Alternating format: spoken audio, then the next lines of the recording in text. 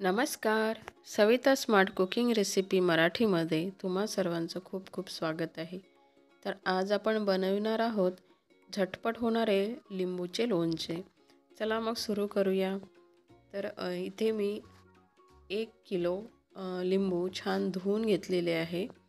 तर लोणच्यासाठी लिंबू घेत असताना ते जाड सालीचे नाही घ्यायचे, तर ते पातळ सालीचे घ्यायचे, त्यामुळे लोणचं छान होते. तर आता आपण ह्या लिंबूचे 8 भाग करून घ्यायचे आहे. तुम्ही हवं तर 4 भाग पण करू शकता, पण मी आता इथे याचे 8 भाग करून घेतलेले आहे. तुम्ही बघू शकता. आणि शक्य होईल तितक्या याच्या बिया पण बाहेर काढून घ्यायच्या. 8 भाग केल्यानंतर जवळपास पूर्ण बिया निघालेल्याच असतात. आपल्याला हे शिजवून घ्यायचं असल्यामुळे मी यांना कुकरच्या भांड्यामध्ये शिफ्ट करून घेते. मी ते कुकरच्या डब्यामध्ये लिंबू टाकून घेतलेले आहे. आता यामध्ये मी 2-2 चम्मच दोन्ही डब्यामध्ये तिखट टाकून घेत आहे. बघू शकता. त्यानंतर आता इथे मी 2-2 चम्मच मीठ पण टाकून घेत आहे.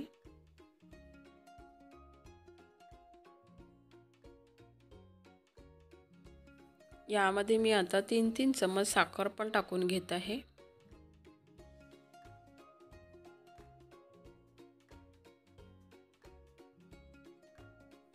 आता आपण कुकरमध्ये खाली पाणी टाकून घ्यायचं आणि मग डब्बे ठेवून द्यायचे.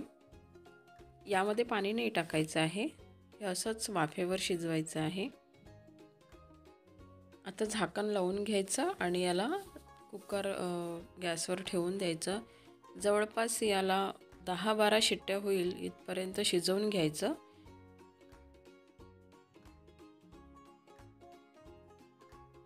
बारा शिट्ट्या झाल्याच्या नंतर गॅस ऑफ केलेली आहे.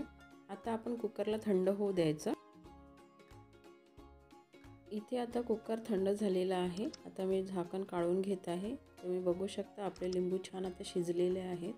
मी आता डब्बे बाहेर काढून घेते. आता आपण काय करायचं, ह्या डब्यामध्ये जो पाणी झालेला आहे तो आता एका पॅनमध्ये काढून घ्यायचा आहे. तर तुम्ही बघू शकता मी नुसतं पाणीच काढून घेत आहे.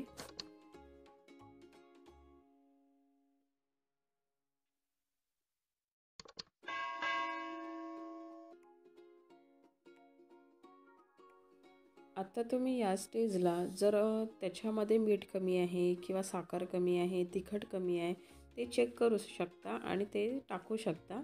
पण माझं इथे बरोबर झालेलं आहे. त्याच्यामुळे आता आपण काय करायचं, हा पॅन गॅसवर ठेवायचा आणि याला आता 5-7 मिनटं उकळ येऊ द्यायची. तुम्ही बघू शकता 5-7 मिनटं उकळ आल्याच्या नंतर तो असं घट्टसर येतो आणि कलर पण त्याला छान येते.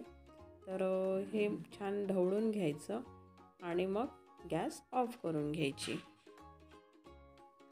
आता हे मिश्रण थोडंसं थंड झालं की यामध्ये आता आपण लिंबू टाकून घ्यायचे आणि छान मिक्स करून घ्यायचं.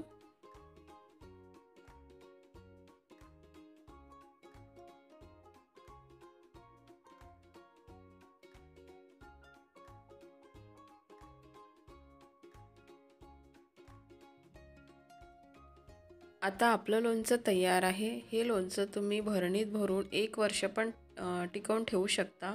बिलकुल खराब होणार नाही. फ्रीजच्या बाहेर पण हा जसाच्या तसाच राहू शकतो आणि झटपट होणार असल्यामुळे वेळ पण वाचतो आणि टेस्ट पण मिळते.